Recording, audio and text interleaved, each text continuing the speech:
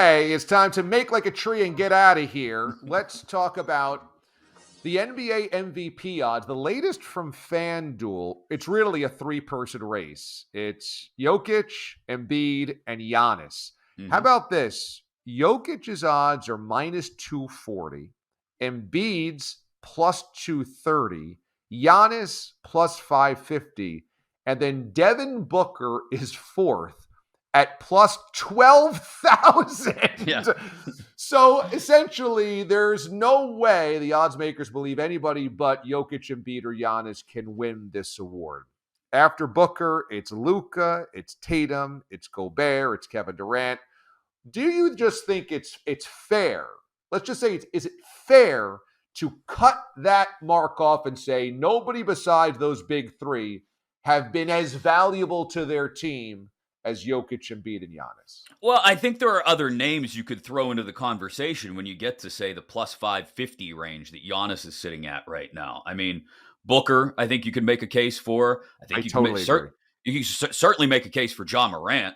And, you know, although the Grizzlies have been great when he's not on the floor, so maybe that compromises it a little bit. Yeah, and that's, I think, the run the Grizzlies have gone on the last few weeks without Ja is what brings his odds back down. It's interesting to me, too, DA, that they're basically daring us to not bet on Jokic, right? At minus 240, they're saying, we dare you to make a case for Embiid or Giannis. We dare you at plus 230 and plus 550. And that's the hardest part for me is they're daring me right now, the books, to make a case for Embiid or Giannis. And I sit there and I look at the numbers and I watch the games and I go, no, I can't. As great as Embiid is, as good as as much as he's meant to the Sixers this year, as much as it looked like it was going to be him for most of the year, as great as Giannis is, I can't not bet on Jokic right now. And even at minus 240, it feels like that's the play. So you think it's a slam dunk that there's no way that he can't win this MVP?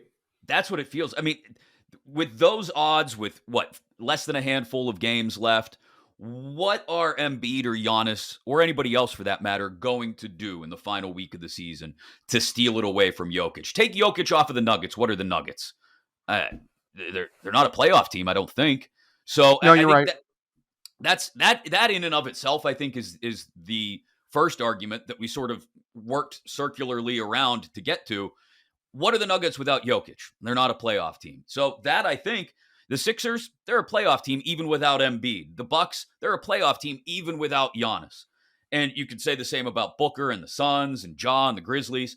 You can't say that about the Nuggets without Jokic, which is why I think he's the slam dunk pick that he is at minus 240. Yeah, I think you're right about that. But the Nuggets season has existed in somewhat anonymity. They're the sixth seed right now in the West, the sixth seed.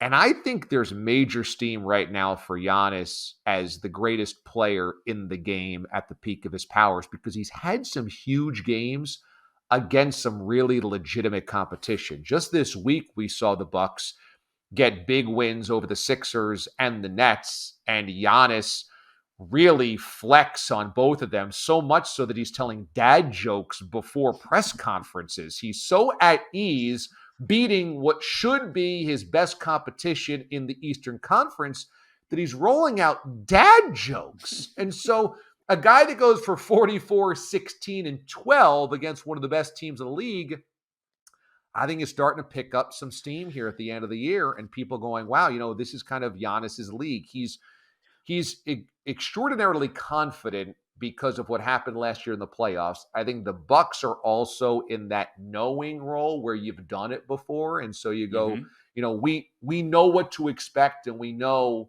what it's going to take. I'm not sure I would pick the Bucks to beat the Suns in another NBA Finals rematch, but I think I picked the Bucks right now to win the East. And I think it's because Giannis is just at this superhuman level where he just goes like, okay, Voltron assemble, and I'm going for a 40-point triple-double, and there's nothing you can do to stop me. So I think, especially plus 550, I see a value there with Giannis, and I think in the final 2 weeks of the season, there might be some votes that flip over to Giannis because he's playing in these really big games, and really surging at the end of the season. If you're a voter and the question is who's the best player in the NBA right now, you're going to vote for Giannis. Right. If you're a voter and the question is who was most valuable to their team this year, I'm not taking anything away from Giannis or Embiid that's a or fair, that's a anybody different else. conversation. But, That's true. Right. Well, and that's always been, I think it changes from year to year, right? In any league.